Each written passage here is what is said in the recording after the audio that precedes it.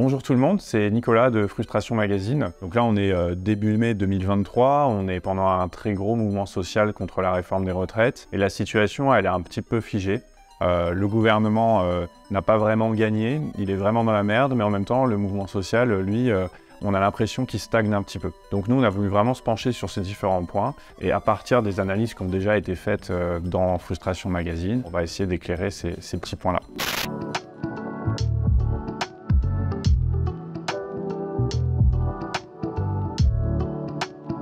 Un point d'actualité d'abord qui me semble assez révélateur et dont il faut parler, c'est qu'à la fin du mois d'avril, il y a une agence de notation, l'agence Fitch, qui a dégradé la note de la France, donc la note de la dette française. Donc les agences de notation, déjà, il faut savoir que c'est des organismes qui, en fait, font des notations de produits financiers, et notamment, un des produits financiers importants dans le monde, ce sont les dettes souveraines. Donc en fait, ce sont les emprunts que font les États sur les marchés financiers.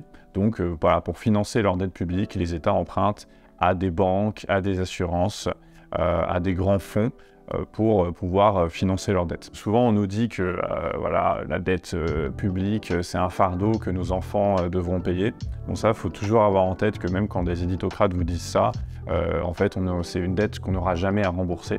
En fait, les États, ils empruntent, ils remboursent jamais totalement, mais ils ont besoin de réemprunter régulièrement. On appelle ça faire rouler sa dette. Donc en fait, tous les 5-10 ans, voilà, un titre de dette arrive à expiration, il faut trouver quelqu'un d'autre qui rachète ce titre de dette-là.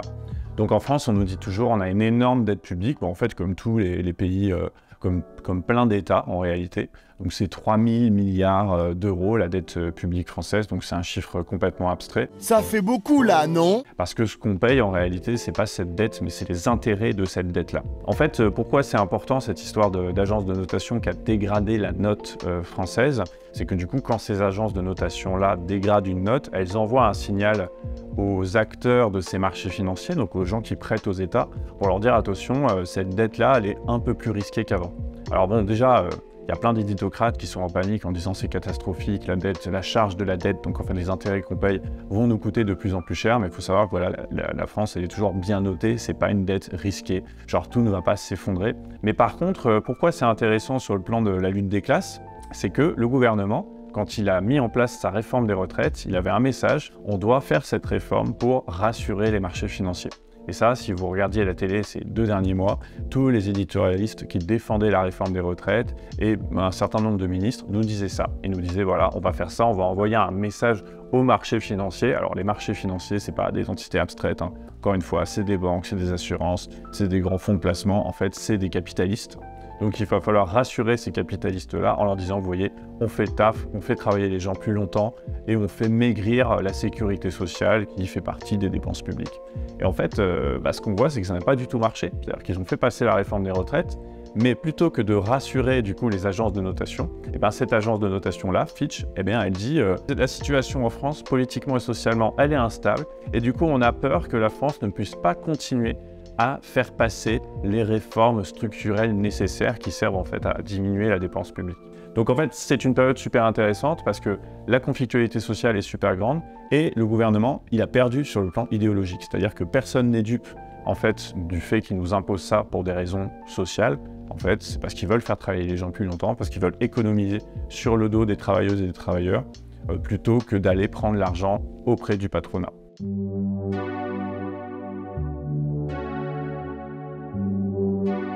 Alors après, il y a beaucoup de gens, on a remarqué, qui nous demandent, que ce soit dans des messages qu'ils nous envoient, sur les réseaux sociaux, ou pendant les rencontres qu'on a organisées autour de Frustration, qui nous disent « mais voilà, on a l'impression qu'on a eu beau tout faire, manifester, etc. Ça n'a servi à rien ». Et donc, il y a plein de gens, ils sont dépités. Ils ont un peu ce sentiment de désespoir face à une situation qui est bloquée. C'est de se dire « mais quoi faire, puisqu'en fait, ça ne marche pas, la situation est bloquée ». Alors, là-dessus, je pense qu'il faut être indulgent avec soi-même. D'abord parce que, on y reviendra dans un point suivant, mais on a affaire à un régime autoritaire. Donc déjà, oui, le niveau de difficulté il est très important. En face, on a une classe sociale qui est très organisée, qui est très protégée, qui a une police très agressive, et donc en fait c'est logique qu'on n'y arrive pas du jour au lendemain, et je pense qu'il ne faut pas se flageller pour ça. La réalité quand même, sur la réforme des retraites, c'est qu'on a gagné sur le plan idéologique. En fait, il n'y a plus personne qui est pour cette réforme-là, alors même que chaque soir, sur toutes les émissions de débat, je sais pas, il y a au moins 2/3 des invités qui sont pour. Donc en fait, malgré le matraquage médiatique, malgré le matraquage politique, bah ça ne passe pas, ça ne passe plus. Et ça, il faut vraiment revenir en arrière. Moi, je dis toujours repenser, je sais pas, il y a 10-15 ans, pour ceux qui ont vécu les élections présidentielles précédentes, ou le début des années 2000, par exemple, moi, qui est le moment où j'ai commencé à m'intéresser à la politique, bah, idéologiquement, la situation a été catastrophique. C'était très dur de critiquer l'ordre établi, on ne parlait pas du tout de lutte des classes, et toutes ces réformes, elles passaient comme ça, avec des impératifs économiques impérieux et financiers, et il y avait plein de gens qui adhéraient à ça. Et maintenant, c'est plus du tout le cas. En fait, ce qu'on voit dans les sondages, c'est qu'il n'y a plus que les plus riches qui veulent la réforme des retraites, parce qu'effectivement, eux, ça leur va très bien, ça ne va pas les impacter, donc en fait, ils sont pour. Mais tous les gens qui sont concernés par ça, ils sont contre, à commencer par ceux qui ont un travail ou ceux qui ont des revenus modestes. Donc ça, c'est une première victoire. C'est toujours important de s'en féliciter, c'est-à-dire que tous les gens qui se sont mobilisés contre cette réforme des retraites, qui ont mobilisé leur entourage, qui en ont parlé, en fait, ils ont réussi. Ce qu'on a gagné aussi, c'est que ce mouvement social, il a mis à jour des mécanismes de lutte des classes et des mécanismes étatiques qui font que Macron, maintenant, il est hyper impopulaire, mais comme jamais un président l'a été, surtout sitôt après sa réélection, c'est-à-dire qu'il a zéro légitimité. Alors attention, hein, il a beau avoir zéro légitimité, ça ne veut pas dire qu'il ne va pas pouvoir continuer à nuire. Les institutions... Prison d'État, prison d'été, prison d'hiver, prison d'automne et de printemps, bagne pour petits et grands, équipement militaire, ministère de la guerre et des hostilités, sous-secrétariat d'État à la paix. Lui en donne le droit, donc il n'y a aucune garantie que ça l'arrête, mais je pense que c'est quelque chose dont on doit se réjouir, parce que moi je trouve surtout quand on est des gens mobilisés, en révolte contre l'ordre social, il n'y a rien de plus déprimant finalement de voir que tout le monde y adhère. Donc ça, c'est plus le cas. Et nous, à Frustration, ça fait partie des choses qui nous réjouissent quotidiennement.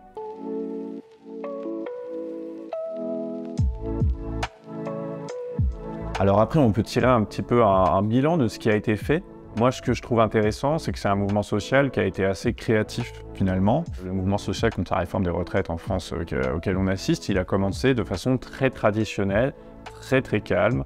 C'était vraiment la stratégie choisie par l'intersyndicale, donc le rassemblement des grands syndicats français qui ont dit, voilà, on va commencer par des journées d'action, voilà, vraiment très traditionnel, très calme. On essaie de faire des manifestations massives et puis des journées de grève un peu dans les bastions syndicaux pour mettre la pression sur le gouvernement. D'ailleurs, il ne disait pas tant mettre la pression que lui envoyer un message et faire en sorte qu'il nous écoute.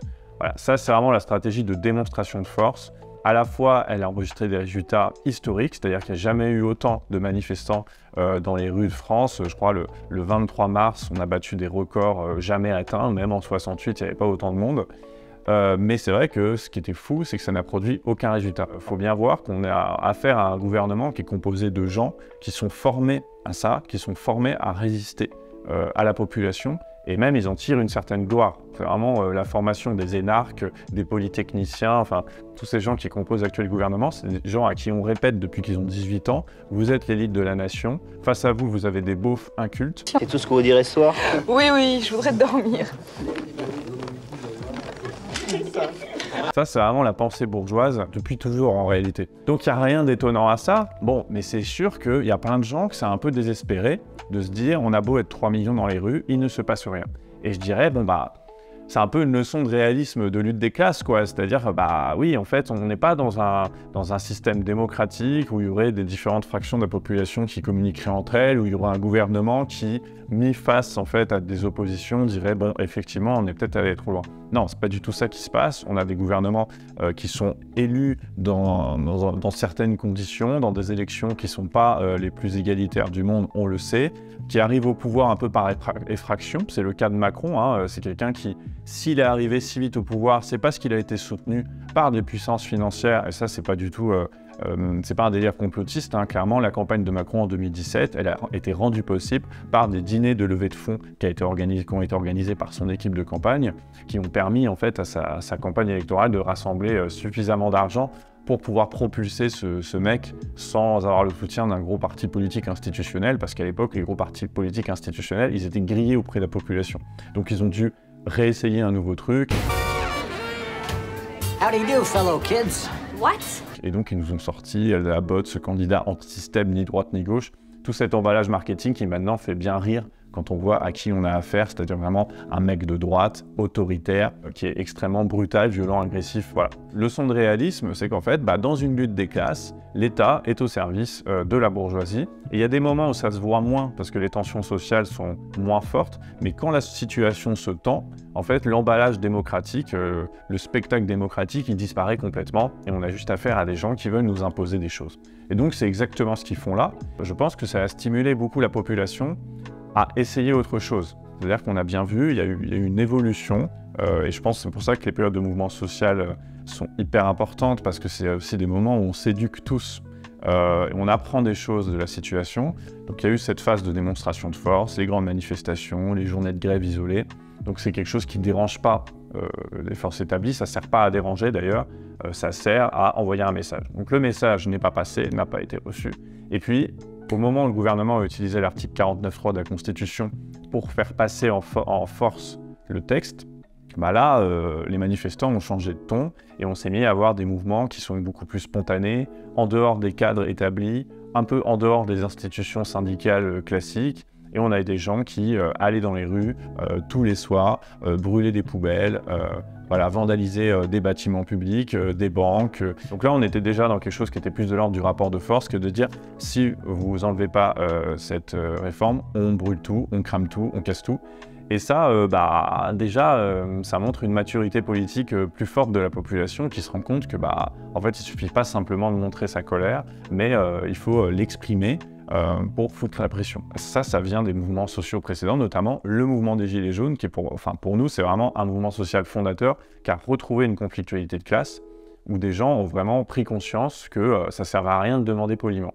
La difficulté de cette stratégie-là, c'est qu'en face, il y a eu l'action de la police. L'action de la police en France, ça a été une action de répression, totalement en dépit de ce qu'ils appellent l'état de droit, c'est-à-dire que ça s'est fait sans respecter même que ce soit les règles de la profession elle-même, les règles judiciaires. C'est des milliers de gens qui ont été arrêtés de façon complètement arbitraire. Ces opérations-là, c'était des opérations d'intimidation, c'est-à-dire que la police, sur ordre du gouvernement, a essayé de faire peur le plus possible à la population. Et je pense que dans un sens, ça a marché, puisqu'il y a eu des victimes, il y a eu des blessés, et ça crée des traumatismes. Donc la peur a été la réponse du gouvernement. Il y a une troisième phase de ce mouvement-là, une fois que la loi a été promulguée, qui était un peu le mouvement des casseroles.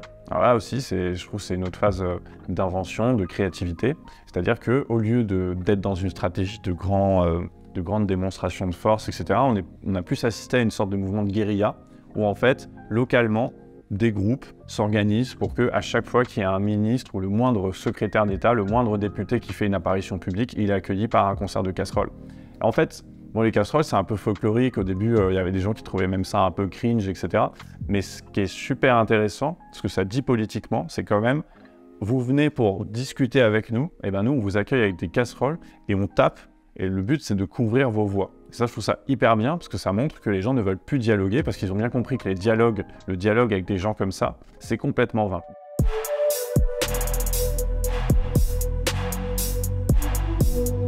Il y a un autre point qui revient tout le temps, je trouve, dans les conversations autour du mouvement social, autour du contexte politique, c'est le Rassemblement national. Donc en fait, quoi qu'on fasse, c'est le Rassemblement national qui en profite. Et d'ailleurs, ils ont beau ne rien faire, ils en profitent quand même. Face à ça, nous, on y a pas mal réfléchi. Et cette rhétorique, elle pose un petit peu problème. D'abord, il faut voir d'où elle vient.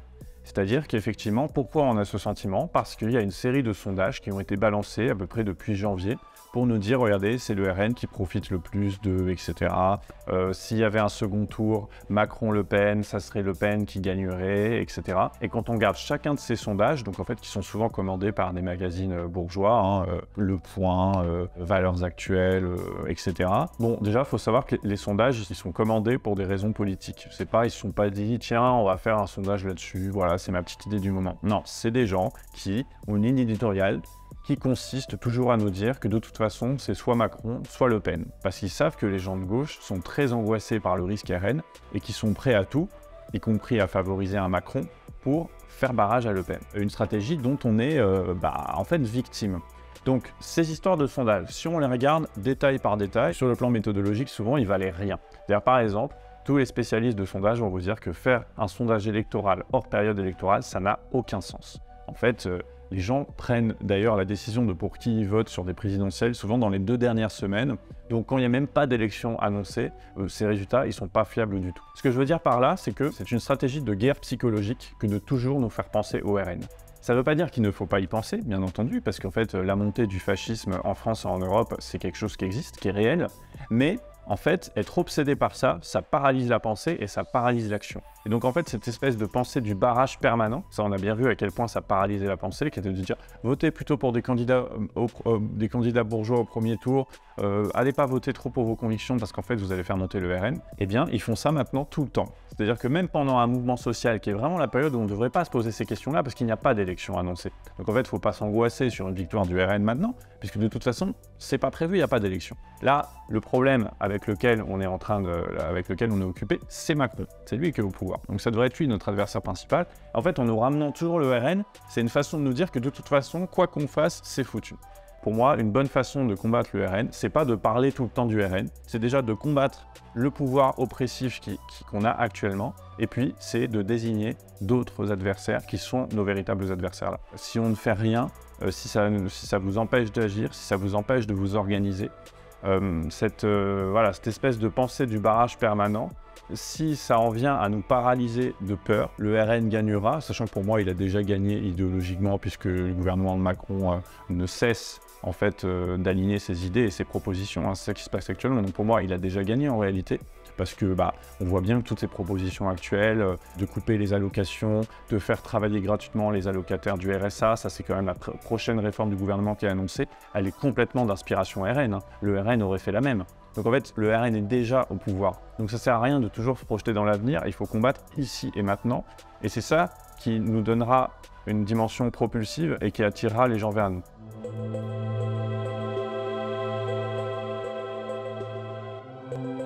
Et alors, que répondre du coup aux gens qui disent je suis un peu désespéré, je suis dépité, ça ne marche pas, on a essayé plein de trucs, ça ne marche pas, la réforme n'est pas retirée, etc. Bah oui, mais le niveau de difficulté est très fort. Je veux dire, ça se fait pas en une année de faire tomber un régime autoritaire, ça prend énormément de temps, ça demande énormément d'invention.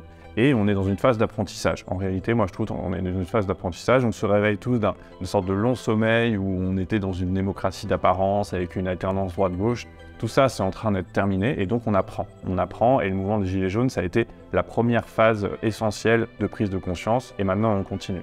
Donc ça va pas se faire tout de suite, mais tout ce qu'on fait là, c'est pas perdu. C'est-à-dire que c'est des choses qu'on apprend, c'est des techniques. C'est des techniques aussi bien pratiques, c'est des techniques d'insurrection, c'est des techniques de constitution de collectifs, etc. Et ça ne va pas disparaître. Et on pourra en faire quelque chose et on pourra en reparler après. Mais aussi, il faut voir que ça a produit concrètement des effets. J'ai parlé de la dégradation de la note de la dette française. C'est quand même incroyable de se dire qu'une population qui s'organise collectivement pour perturber un gouvernement, ça va avoir des incidences sur ce que des marchés financiers, des banques et des assurances vont penser de la dette d'un pays. Évidemment, du coup, les bourgeois, ils ont le beau jeu de dire « mais vous voyez à quoi vous nous avez conduit, on va emprunter plus cher sur les marchés financiers, etc. » Ouais, bah voilà, ça veut dire qu'en fait, quand on se bouge et qu'on perturbe le cours ordinaire de la vie, ça a des effets parce que ça fait peur à la bourgeoisie. Donc ça n'a pas servi à rien tout ça, ça va laisser des traces. Macron, il lui reste plus de 4 ans à tirer et franchement, on ne voit pas bien comment ça va se passer. C'est-à-dire qu'en fait, on a 4 ans pour faire basculer ce régime politique et on n'a jamais été dans une situation aussi favorable, que ce soit sur le plan idéologique ou sur le plan pratique. Donc là, on traverse une période qui est hyper intéressante, qui est hyper prometteuse et qui est aussi hyper dangereuse. Et en fait, je pense que la bonne attitude à avoir, enfin, si j'avais des conseils à donner sur la bonne attitude à avoir, ça serait d'être à la fois hyper conscient de ça, de la dangerosité. Et pour commencer, la dangerosité, elle est sur le plan écologique. On sait qu'on est vraiment dans une situation difficile. On va avoir un été à nouveau très compliqué, avec une très grosse sécheresse. La bonne nouvelle, c'est que la conscience de la nécessité de faire ça, elle est très largement partagée. On n'a pas encore trouvé la solution. On n'a pas encore trouvé la solution pour se débarrasser des gouvernements bourgeois, ou en tout cas à court terme pour les contraindre à aller dans notre sens. Et on n'a pas encore trouvé la solution pour rallier tout le monde à notre cause et pas les emmener vers les délires identitaires de l'extrême droite, anti-réfugiés, anti-assistés, etc. Bien sûr qu'on est face à ces difficultés-là. Mais on est aussi dans cette période extrêmement porteuse. Les années qui s'ouvrent à nous sont en fait hyper inédites dans l'histoire du régime politique français. Et je ne dis pas de notre démocratie, parce qu'on n'est pas en démocratie. La bourgeoisie, je pense, en est consciente et je pense qu'elle est fébrile. Cette histoire de dégradation de la note de la dette souveraine française, c'est un signe parmi d'autres, mais d'une façon générale, ils ne sont pas sereins du tout. Ils ne sont pas sereins du tout, alors même qu'on pourrait dire globalement, ils ont réussi à faire passer leur réforme des retraites. Alors déjà, l'histoire montre que ce n'est pas parce qu'une réforme est promulguée qu'elle est gravée dans le marbre. Donc peut-être que là, on a assisté à une victoire à la Pyrrhus pour la bourgeoisie parce qu'en fait, elle a grillé beaucoup de cartouches dans la manœuvre. Elle s'est complètement décrédibilisée. Son principal défenseur, Macron, n'a plus aucune légitimité. Et ça les amènera vers une défaite si on s'organise collectivement pour les amener à une défaite, quoi. Moi, j'aime bien cette citation de Terminator de Sarah Connor qui dit « Il n'y a pas de destin, mais ce que l'on fait ». C'est-à-dire que faut pas se mettre ni dans des perspectives hyper optimistes, de genre de toute façon la bourgeoisie est arrivée au terme de ses contradictions et donc on va nécessairement vers une révolution où l'écologie va faire en sorte que de toute façon le capitalisme est condamné. Non, il n'y a aucune nécessité à ça. Pas plus qu'il n'y a une nécessité à ce que Marine Le Pen gagne la prochaine élection, que la planète et l'humanité disparaissent, voilà. Non, mais par contre, il y a des choix à faire collectivement pour empêcher ça. Ce qui nécessite, à notre sens, à Frustration, de vraiment révolutionner nos modes d'action. Nous, on pense vraiment qu'on ne peut pas se contenter des structures organisationnelles existantes, on ne peut pas se contenter des syndicats tels qu'ils sont, on ne peut pas se contenter des partis politiques de gauche tels qu'ils sont, et qu'on voit bien que ces organisations-là, elles ne font pas encore suffisamment écho dans la population, et donc il faut les transformer profondément. Comment? Je n'ai pas les réponses ultimes à donner tout de suite. Nous, à Frustration, on continue d'y travailler, mais voilà, ce qu'on a envie de vous dire, c'est continuer. Voilà, continuez à ne plus croire dans le dialogue bourgeois, continuez à vous battre à tout niveau, que ce soit individuellement, dans votre travail, dans votre famille, dans votre environnement.